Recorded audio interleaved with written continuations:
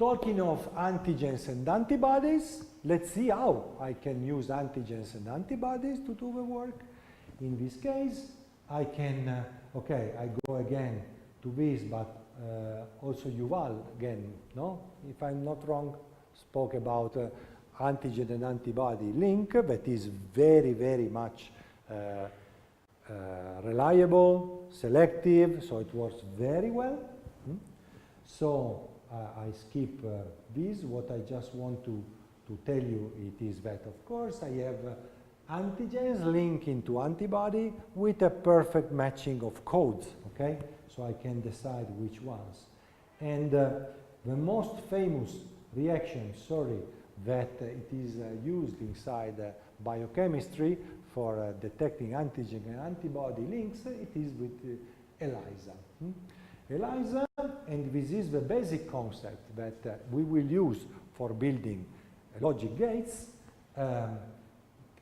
We have 3 different types, but in principle, for example, you start having an antigen if in solution you have antibody, related antibody, they link, and after you link some enzyme conjugated secondary antibody that they link to the antibody you had already linked on the surface, and these enzyme conjugated secondary antibodies are reactive. They can become colored in presence of the right chemicals.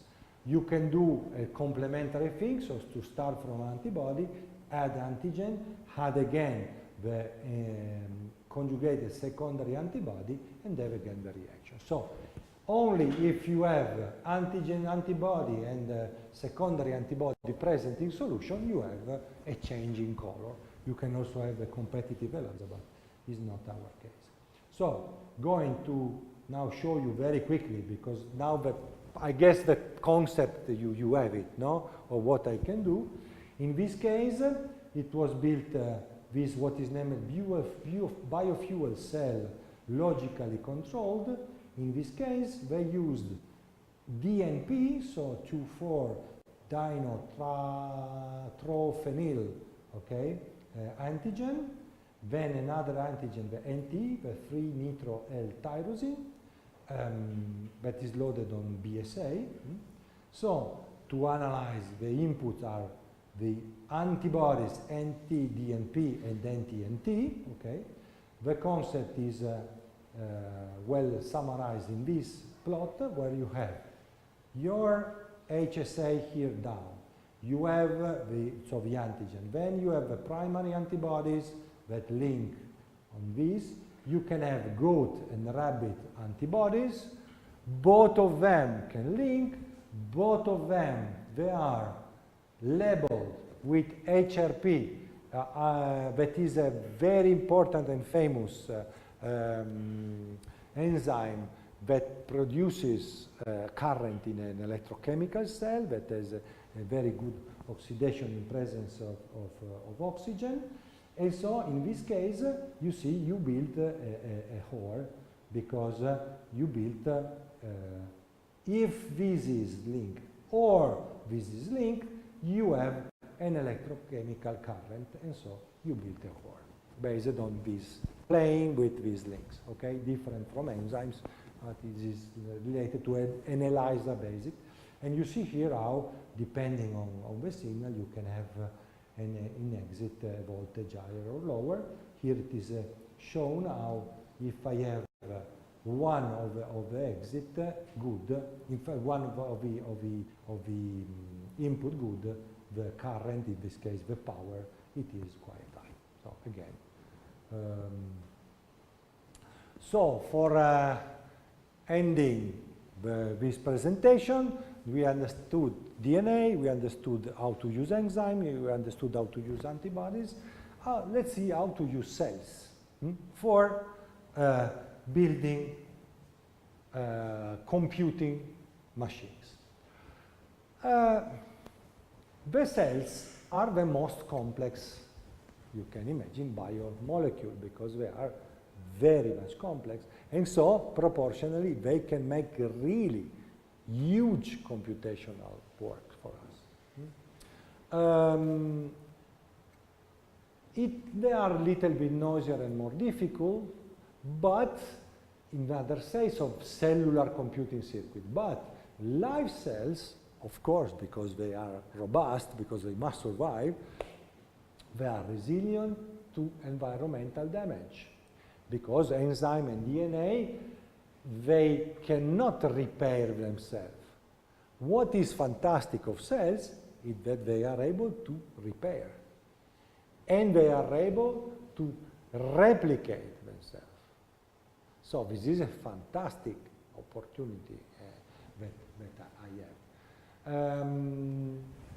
And also the bacterial culture, to do a bacterial culture is nowadays very easy. It's not you can make it without any high cost. And of course, they are also more intelligent, so they can self-optimize. Why they are more intelligent? One of the interesting properties of cells, it is what is named quorum sensing. I don't know if you heard already about this. Quorum sensing, it is a system that cells have for understanding the population density around them. So the cell is able to understand, for example, the population of humans inside this room, and to take decisions related to this. And I will show you an example.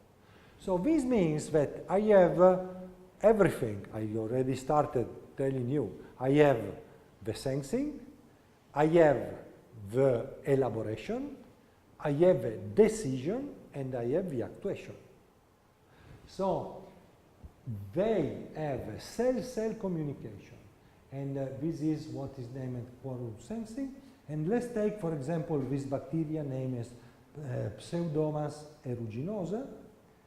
This bacteria, it is what is named opportunistic pathogen, okay?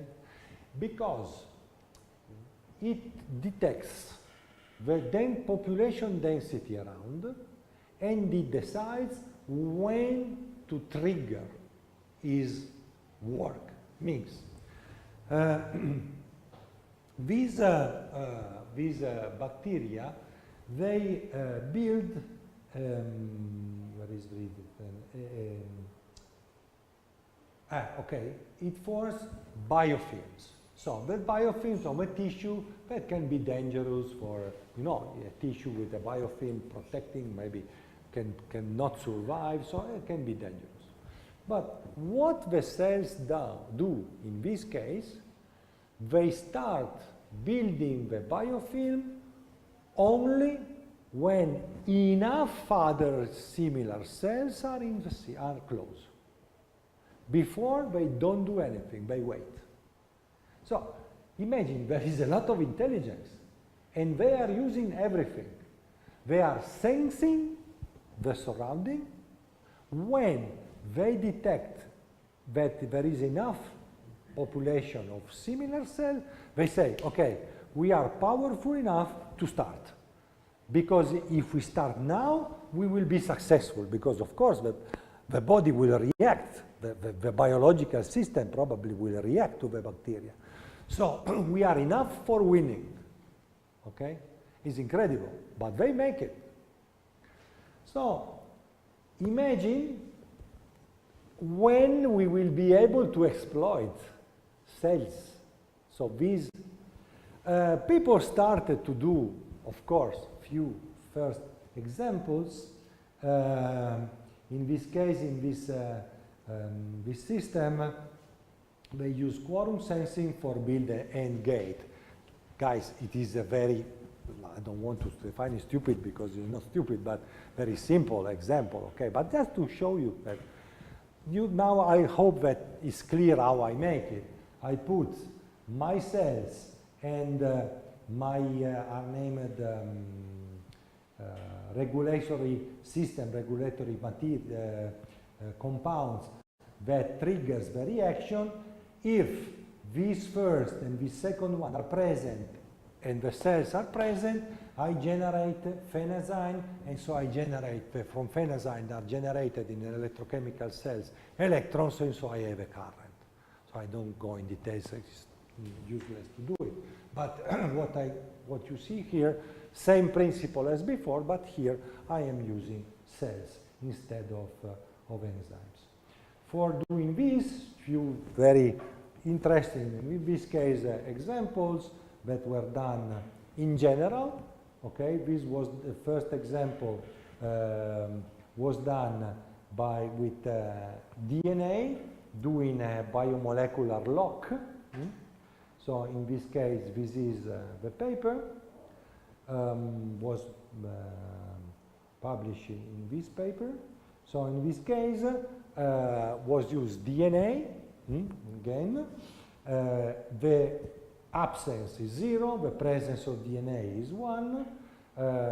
I have input signal, again, fluorescence, I have a light is 1, no fluorescent is 0.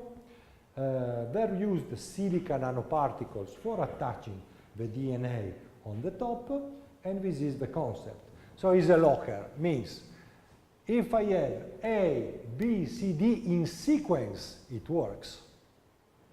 Because I have my A strand linked on my nanoparticles. If I put B, it links and I do the first step.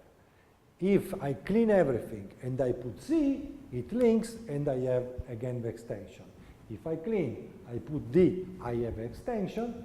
D, it is labeled with some fluorescent dye or something, I have the correct sequence. If I put A after C, after D, and after B, I don't have, and so at the end of this process, I don't have my, so I can do a locker, okay, in this case was named.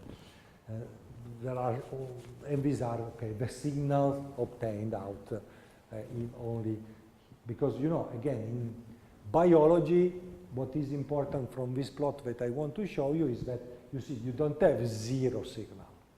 You have some signal, because the matching the DNA, you have mispairing. You can have maybe similar, not absolutely equal, okay, binding of DNA strands.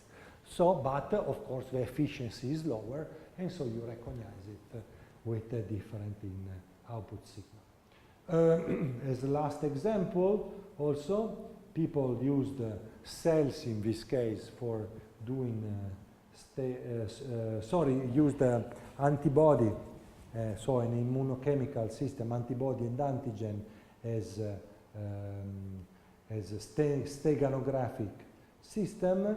In this case, what they did, they put on using an ELISA process, so we are talking of antibody and antigen, as I told you.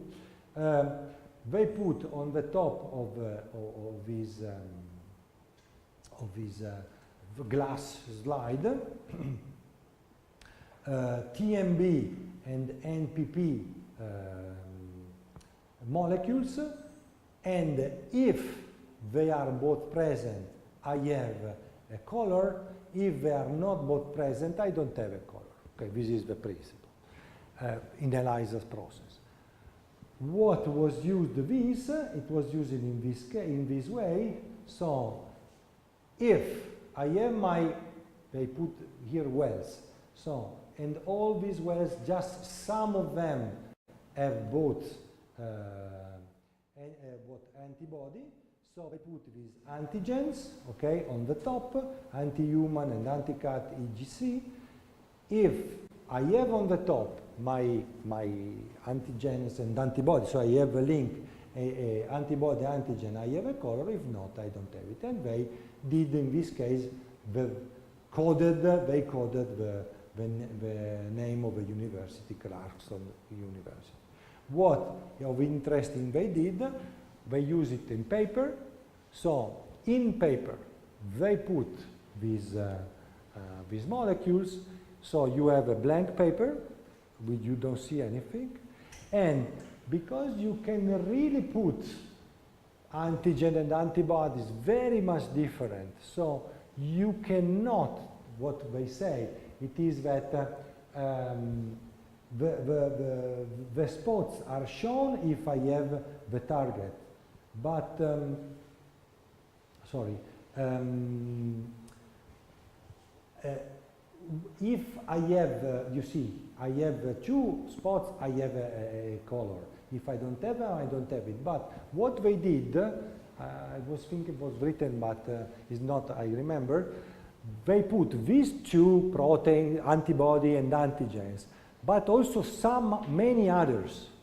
So if you have a biochemical analysis of a paper, you find a lot of different antigen and antibodies, and so it's impossible to code which are the good ones. So you cannot use, so with this paper, they said that they were able to do this hidden code inside a piece of paper, exploiting the properties of antigen and antibody. Only if you know the right antigen or antibody, you are able to illuminate the spots, and so maybe to read what is written in the paper. Okay, so this was an example that they did. Last but not least, what people are doing, this is Imina Technologies was, if I'm not wrong, was bought by Thermo Fisher Scientific, so they had a fantastic success because they insert barcodes inside DNA. In this case, you know, you can code your strand of DNA here with a barcode, if you want, from the start and the end, using the technology I show you. So you can recognize your strand of DNA, so you give a name to your strand of DNA. And you can, after that you are coded, you can separate them, and so you can do also parallel analysis, because on the coding you can put everything, so again exploiting even much more the parallelism of these biological systems, and so you can do more than one computation algorithm in the same place, and after, by the barcodes, you separate, and you have solution of problem number 1, solution of problem number 2. Because you have this is an interesting idea, but they are exploiting it in diagnostic systems, okay? This is done for another purpose. But guys, exploiting this idea, you can really increase in the same spoon, as we did before, very much more algorithm in parallel, because after you have a possibility to separate them. So, and you see what I wanted to show you that is interesting. There is a data sheet, okay, that for us is quite strange to have a data sheet for DNA, because you have all the specification, you have here the name of how much amount of liquid you have, and you have the process how they build it, you know, using ligation, using PCR, so they show you how they build it, and here you have a catalog, the data sheet of the strand you can obtain, and of course you can also ask for a specific strand you can build with having these reagents in your lab. You can also build your own. Okay, so at the end you see, but I will not go inside this topic, that is, but I want to mention you the micro for nano approach, that is a research line we have inside my group here in Torino. Micro for nano means use microstructure for interfacing nanostructure.